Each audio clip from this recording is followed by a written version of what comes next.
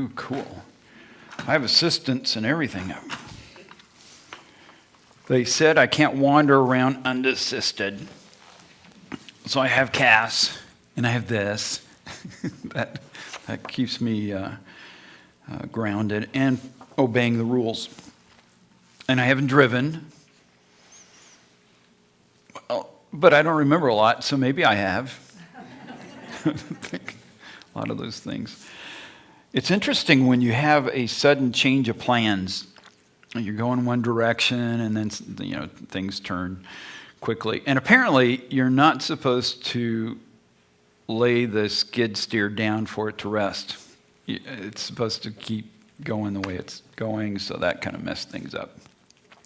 And kind of interfered with activities and everybody else's activities and kind of rearranged our scheduling, but I appreciate all the help, all the adjustments that were made, and all the prayers spoken. That just makes a big difference. God has been gracious and coming alongside, and when you don't remember, and I'm sure lots of you have been through those things, when you're in a surgery or accident or something, you don't remember what's going on, but somebody's there taking care of you. So, God is there, and you got people he sent, and they help, and just amazing. So I appreciate all that. And we are in the midst of going through this supremacy of Jesus Christ, and we want to keep going with that. That's the book of Colossians, where we are currently. And he is supreme. And in all these situations and all the things that come along in life, he still rules. And he is alongside, and stuff happens, and stuff we don't want to happen happens, and you just keep going because he's still at work, and he's not done yet. And a lot of that is to reveal his power. And it's also an opportunity for him to show his assistance through others, through angels, through people who are angels, and just amazing all that comes together. So we are in Colossians chapter 3, 3 new life initiatives.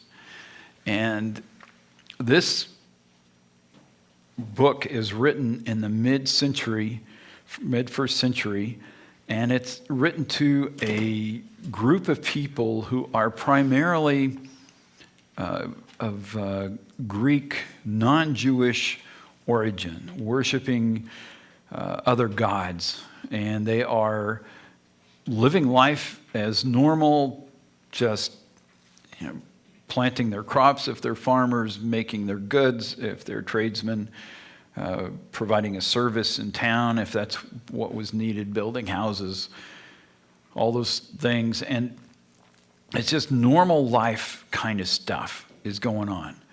And in the midst of that, they hear about Jesus, and it changes everything. It turns them in a totally new direction. And they have to figure out, how do we do this? How do we live life with this God who is actually above and beyond everything we know? He's made it all. He's created all of these things. He's made our bodies. He's given life to us. And somehow we have to connect with him. They don't know him up until this point. They know some other gods that they have credited with those things. So they're looking to Zeus and Apollos, Athena, other gods. And then suddenly they find out, no, those gods have come along as usurpers, trying to get the worship and attention that the one true, the Most High God deserves. And they have to turn their sights in a totally different direction.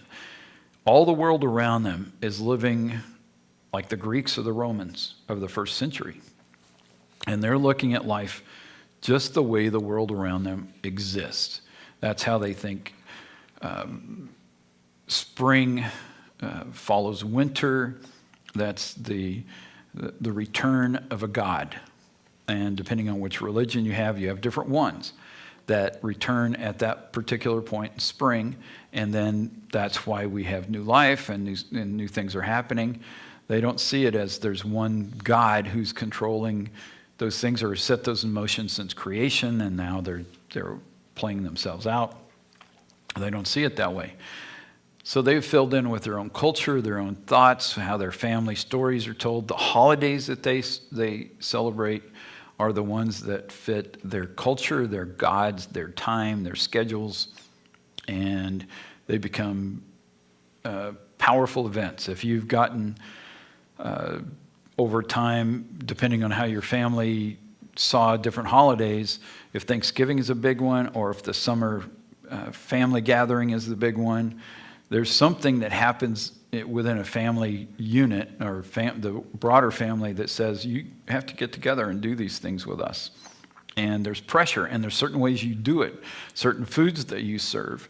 And if you hang out with another family, you go, well, why are you serving that?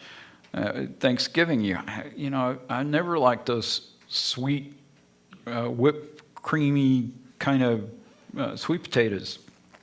You guys must be idiots to serve stuff like that. And then other people go, I get tired of turkey. I don't like turkey at Christmas. I want something decent like a steak. And so you just agree, disagree, go all these different directions. But the thing that's common is you have something, and you have something that you think is the right thing.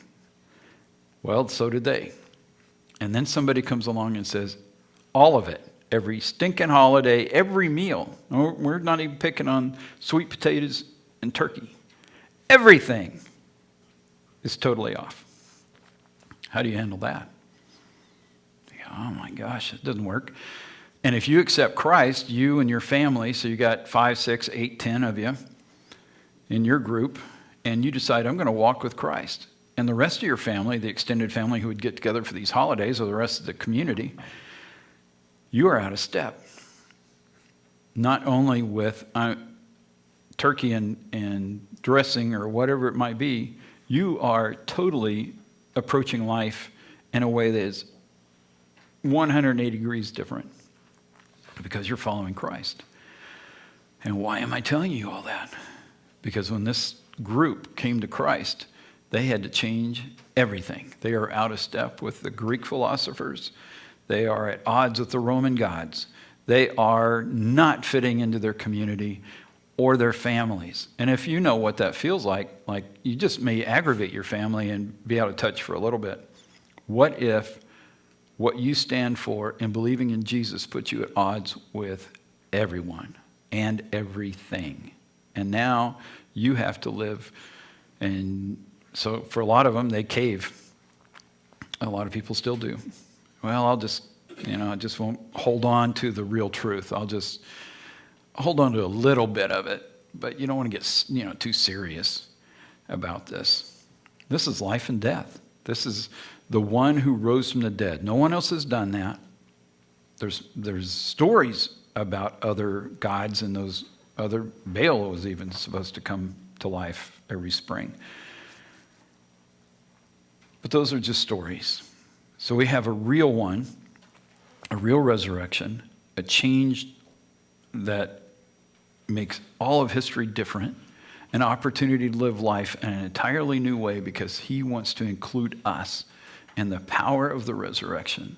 And he's bringing that to us in a way that makes it practical. We can live this life in this world with all the constraints, all the problems, all the brokenness, and live it out fully with his power because he's coming along to make it so. And he's given us an insight into what's coming. He said, there's more. There's heaven. And I'm preparing a place for you. And I'm preparing a place for you that is beyond anything you can imagine here. And it's coming. Not yet, but it's coming. And I'm proof, because I came back from the dead, that what I'm telling you is true. And no one else has done this. No other religion, no other philosopher, only Jesus. So it makes it a unique situation. And that's where we pick up these guys. what they heard. Paul never met these people, so he's writing a letter to them just to encourage them and give them some direction. But he is speaking to them about this whole change of life. So let me read from Colossians 3, verses 1 through 4. Whole new life. Since you have been raised to new life with Christ, set your sights on the realities of heaven, where Christ sits in the place of honor at God's right hand.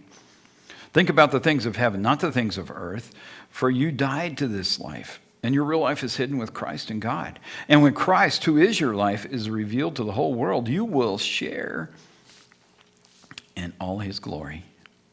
Colossians 3, 1 through 4. So Christ has been raised to new life. We get to be part of that. We've been raised with him. He's offering us a new way to live while we're here, definitely a new way to live in the new heaven, new earth. But for now, on this planet, we get to live a new life. And we are told, set your sights on the realities of heaven. And that's where we always wind up going, I can't do that. I got responsibilities. I've got important things to take care of. And even though you may nod in church and go, oh yeah, think about heaven. Yeah, by the time you get driving down the road, you'll be right back to, I got responsibilities, I got stuff, I got to go do something. I need to go shopping at Walmart, so it's not even a mile away. And all of that thinking about heaven thing just went out the window because there's a crowd down there from all the Methodists and Baptists to get out of church. And the people who don't go to church and they're just at Walmart. So you got this whole thing going on. Set your sights on the realities of heaven. Christ sets. Think about the things of heaven, not the things of earth. Look, he's already repeated it. Why? Because you died to this life. Your real life is hidden with Christ and God. You go, no, wait a minute. It may be, but I've got responsibilities. I've got all these practical things, and it's not going to work for me. How can you live the new life? How can you live the new life? So you come to Christ. This amazing thing has happened. It's 2,000 years ago when it occurred, but the reality is you can experience it now. And we are told by Scripture that this is available to us.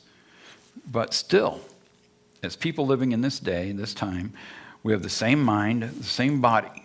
So we're thinking the same way. We are living in the same body. Now, maybe not the one that was, strong and active at one time. Maybe it's achy and older. But we've got the same thing. We're in the same planet. We got the same thing going on. Same group of people, either friends or family, and all of those holidays and all those meaningful meals and who eats what and who doesn't eat what and all of that. Same things going on. The culture. Who's mad at the president? What's Congress doing? What in the world is the Supreme Court thinking? What are those other countries doing? All these things are going on. And we are told to live a new life. Well, you can't do that because, CNN says, we're in big trouble. Fox News says, oh my gosh. So, we can't do it. And sadly, many of us believe it. And yet Scripture says Christ was raised from the dead. Nobody's just hopping out of the grave. You can go down to the cemetery. Most of those people are still there. Almost 99.9%. No, they're all there. You just don't do that. So why are we told this? Because he rose from the dead. This is new. New life available for us. He's proven it. That was the big proof for all time that nobody else has ever done. Nobody will do until he says, come out of the grave and let's go. And when he says that, we go with him. But he's saying with that power, you can live in this world the way I've told you to live. Even with, you're still stuck in the same mind, body, group of people, things are going on. How do we do it? 3 new life initiatives. Initiative is overcoming initial inertia. That means somebody has to move something. Somebody has to get up and get it rolling. So to get an initiative means there's motivation, there's a reason, there's energy put into this to change something. So 3 new life initiatives: rethink, reinforce, refocus. That's Colossians 3:5. So put to death the sinful earthly things lurking within you, having nothing to do with sexual immorality, impurity, lust, and evil desires. Don't be greedy, for a greedy person is an idolater, worshiping the things of this world. So we have a process, these initiatives that we can take and change things and live this new life that we've been given. This opportunity to know the living God, to experience Christ in a real way, in the real world, in our minds, bodies, with the same group of people, with the same things going on. Just like he's telling the Colossians, living in the Roman Empire under Greek influence with false gods, other gods, things are going on. Same group of people, their family. He doesn't say you have to move to a mountain and live all alone. Right there where they are, all the same pressures, you can do this. And he's saying we can do that too. Put to death the sinful earthly things lurking within you. We start with that. Rethink. Rethink. So putting to death those kinds of things is part of this process. We have to enter into this new life thinking of heaven more than earth. That means a shift in the way we approach things. We don't do it the same way we've always done it. That returning back to, we've always done it this way, so we can never change it. I just went to D.C. Well, our whole cast and kids, we were in D.C., but I was the only one that went to the Air and Space Museum because they all had norovirus, which was a whole lot less exciting than what I was doing. It kept on moving, though.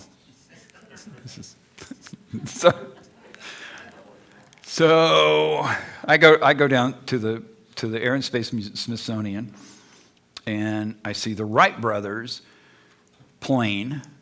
They took the Kitty Hawk, back in 1903. They got that thing to fly. It's just a giant kite, but it has a motor on it. So it's motorized flight. So this is a big deal. They tried it over and over and kept crashing, and then finally they got this one. It works. So you get the plane to work, and the guy lays there. You've probably seen pictures, and he's got the little stick, and he's making this giant propellers, pushing this kite along, and he's guiding it. And you go, man, manned flight. That is awesome. We're done. We have arrived. He goes in the record books. He's in the Smithsonian, or the plane is in the Smithsonian. This is so incredible. If they had stopped, you would never have taken a flight anywhere. Nobody would ever land on the moon. Nobody would be transporting your stuff from one country to another so you can order it on Amazon and have it the next day. The stuff wouldn't happen because flight isn't allowed, because that's the way we've done it. That worked. We're going to keep the kite. We can only haul 1, maybe 2 people on the kite. We're done. See how ridiculous that is? Why did we move forward? Why did we keep going? Why is there more to flight than that? Yeah. Have we maxed it out yet? Not hardly. We're still going. So then why is spiritual life like a Wright brothers flyer? And we go, that's enough. I'm done. I heard about it in Sunday school, or I never went to Sunday school. Somebody told me something about the gospel. Somebody told me something once, or I heard it on TV. I read a book once. I'm done. And if you're going to tell me something different or more, or that makes me have to work, then no, I'm done. So we're still flying the Wright brothers' simple kite airplane and saying that's all we need ever, when there's so much more, and we're invited into so much more. How do we get there? There's stuff in us that's holding us back. For centuries, people said to be able to fly is ridiculous. This is scientists were saying this. into the 1800s. It's 1903 before they get this thing to work. Into the 1800s, they're going, you can't. Now you can fill an air with or a balloon with hot air and fly and float around. But, this whole wing flight, motorized, that's just ridiculous. They also didn't think you should travel faster than 12 miles an hour because we didn't know what would happen at extreme speed. That's why railroads were threatening in the early 1800s. We might get above 12 miles an hour. We are so smart as a human race, aren't we? Put to death the sinful earthly things lurking within you. What are those? Settled inside, the things that are settled inside, comfortable and familiar, and things of earth. They are the ways of thinking that guide our lives. And we're just comfortable with them. We know how to function. When I mentioned those family holidays and the meals, you know what they are for your group. You know who's going to be there. You know who you shouldn't say certain things to. You know what sets people off. And you know how the table will be set, what chairs will be around it. You can just run your head through the whole deal because it's comfortable and familiar. That's the things of earth. Nothing wrong with knowing all that stuff. It's just that there are things that we hold on to. And what Paul's trying to say is, don't hold on to the things that are not true. That God has revealed so much more. He has so much more for us, each of us. Put to death the sinful earthly things lurking within you. And it's the stuff that pulls us away from God. It's the stuff that keeps us struggling with even our own motivations, our own intent, our own... it trips us up when we think about trying something new. Well, I could never do... There is no way I can do that. And... up until Jesus, nobody ever walked out of a grave. Since you've been raised to new life with Christ, set your sights on the realities of heaven, which means this is a new day. It's not the same. And to say, I can't do it because that's how I've always done it, that's how we've always done it, go get your kite flyer and pretend that's all life can ever be. You can't talk on a phone because that would be way beyond that possibility. Because that's technology, right? That takes us beyond what we knew 20, 30, 40, 50, 100 years ago. And he's saying that stuff will kill us. Set your sights on heaven. It's way up there where Christ is. He's proven it's a new day. He's risen from the dead. Now put to death the stuff that holds you back. What are the sinful things? Anything that misses the mark. Anything, the idea of sin, hamartia, the Greek word, has to do with a target, and you're shooting at the target, and you miss it. You miss it by a mile. You can miss it a little bit. You still miss it. What are those sinful things? What is it? A schedule, the busyness, bad attitude, lack of any design in life that focuses on the things of God. Everything that thinks about the world, everything that draws us into being worried, being consumed by the economy, finances. Whereas my 401k is going to be affected by inflation. Yeah, the world's warming up, the world's cooling down, the world's going to spin out of orbit, the sun's going to blow up. Okay, in the meantime, Jesus is risen from the dead. He's not turning all that stuff loose. He is not releasing you to worry about all those things. Put to death that hold all that stuff has. Don't miss it. Don't miss the target. That's sinful. Shoot for the things that God has given us to shoot for. So put to death the sinful earthly things lurking within you. And we all struggle with some of that kind of stuff. So here's the Rethink Initiative. And you get an image. There's an image of a dead tree and a live tree. Starve the brain of evil and feed the brain heavenly nourishment. So if you starve it of all the negativity, all the earthly, all the stuff I want to be anxious and worried about, all the people I want to control at every family reunion, all the extended family or nations. You may want to run Russia because I don't like what they're doing, so I think I'll just run it. Good luck with that. but it consumes. Have you ever noticed that? You get so wrapped up in the news, you get so wrapped up in controlling, and niece here, and somebody over in another county or country or whatever, and they need to do it this way. Maybe so.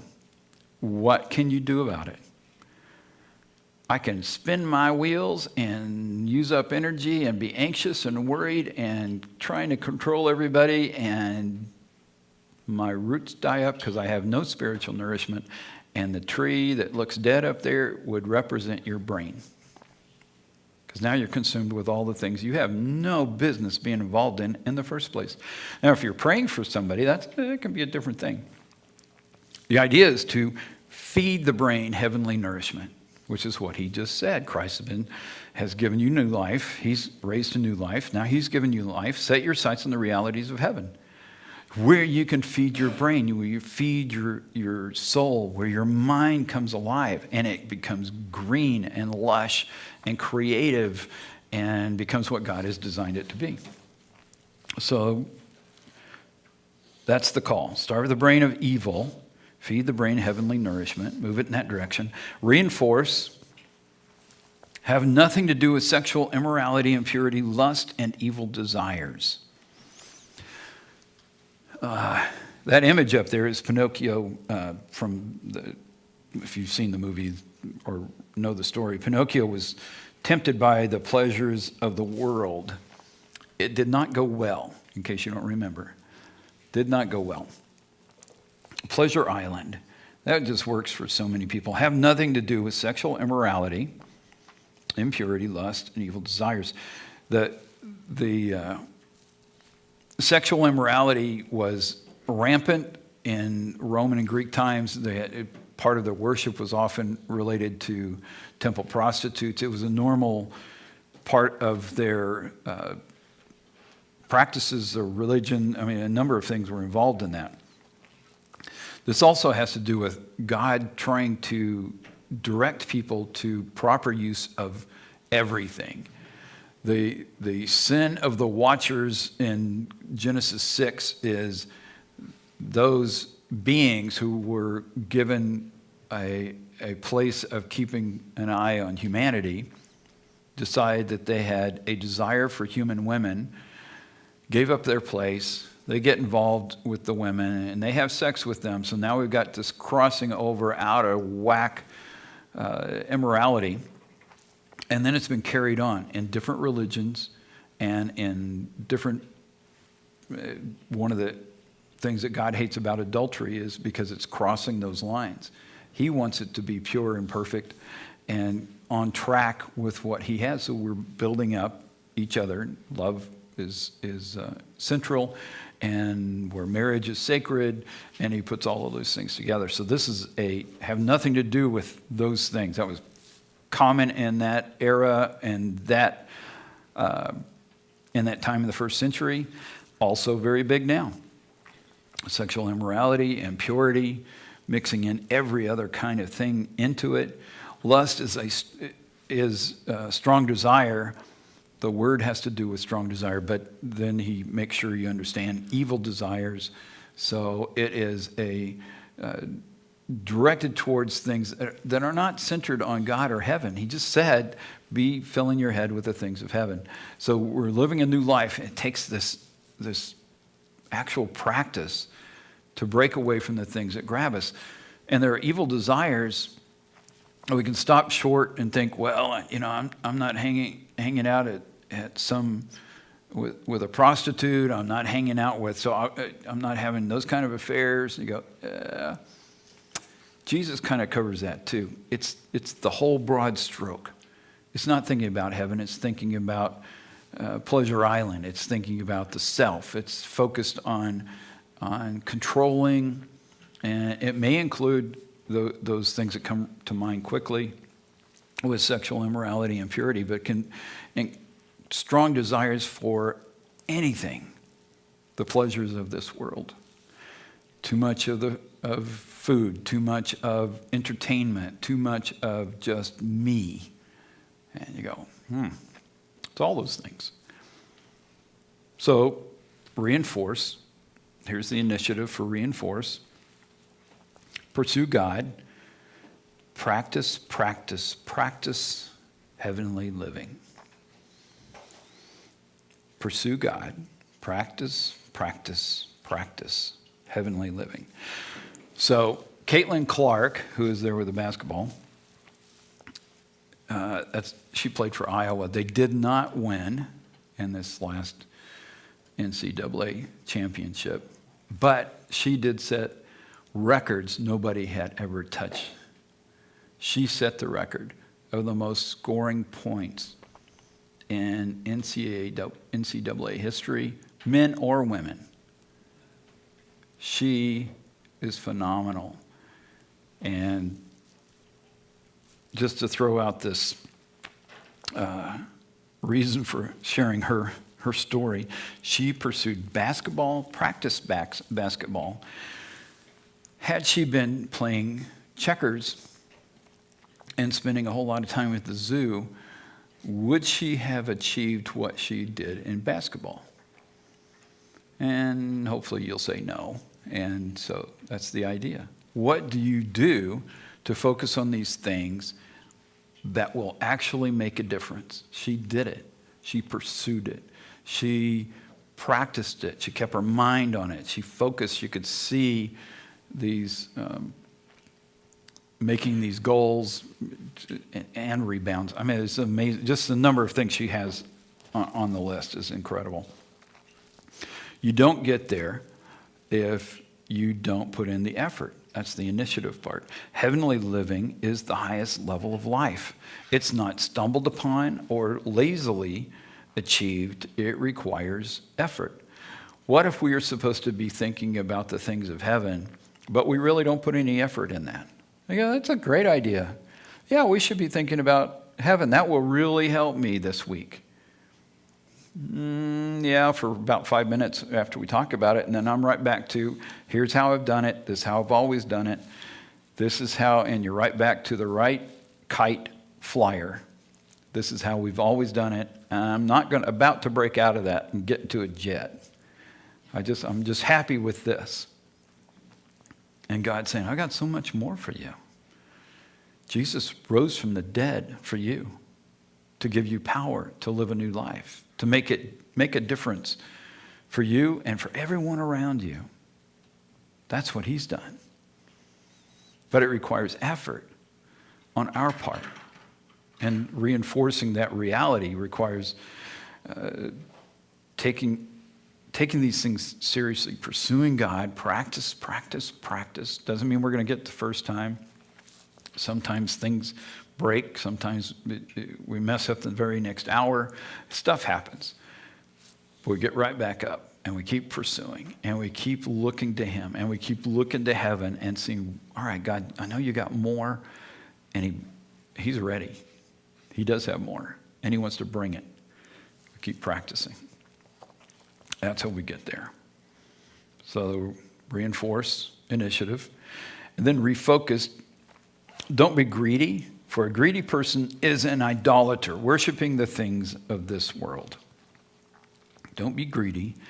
It's just more and more for the self, and whatever it is. It can be attention.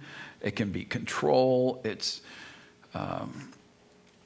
the desire to hoard, keep things, giant, bigger bank account coming my way, more stuff that makes me look good, more accolades, more people making a claim over how cute we look, how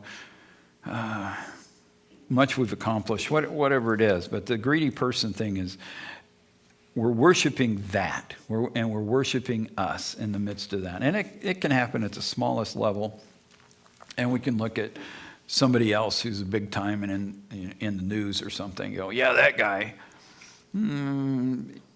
He wrote to the people in Colossae. This wasn't a fancy town. This isn't Rome. This is just a burg on the edge of nowhere. And he wrote to them and said, do this stuff. You go, why would he tell them that? Because we're not answering to the big media moguls or to the crowd. We're answering to the living God. We are being observed by his angels, the host of heaven, and they know whether we're doing it or not. They report to him. He's keeping tabs. Are we worshiping him or the things of this world? And we are called to be thinking about the things of heaven. And then we respond differently to the world around us. So refocus. Here's the initiative for refocus. Passionately trust God to provide for your deepest needs, wants, and desires. Just trust him to do that. Jesus said, God cares for the birds and flowers, and he will take care of you.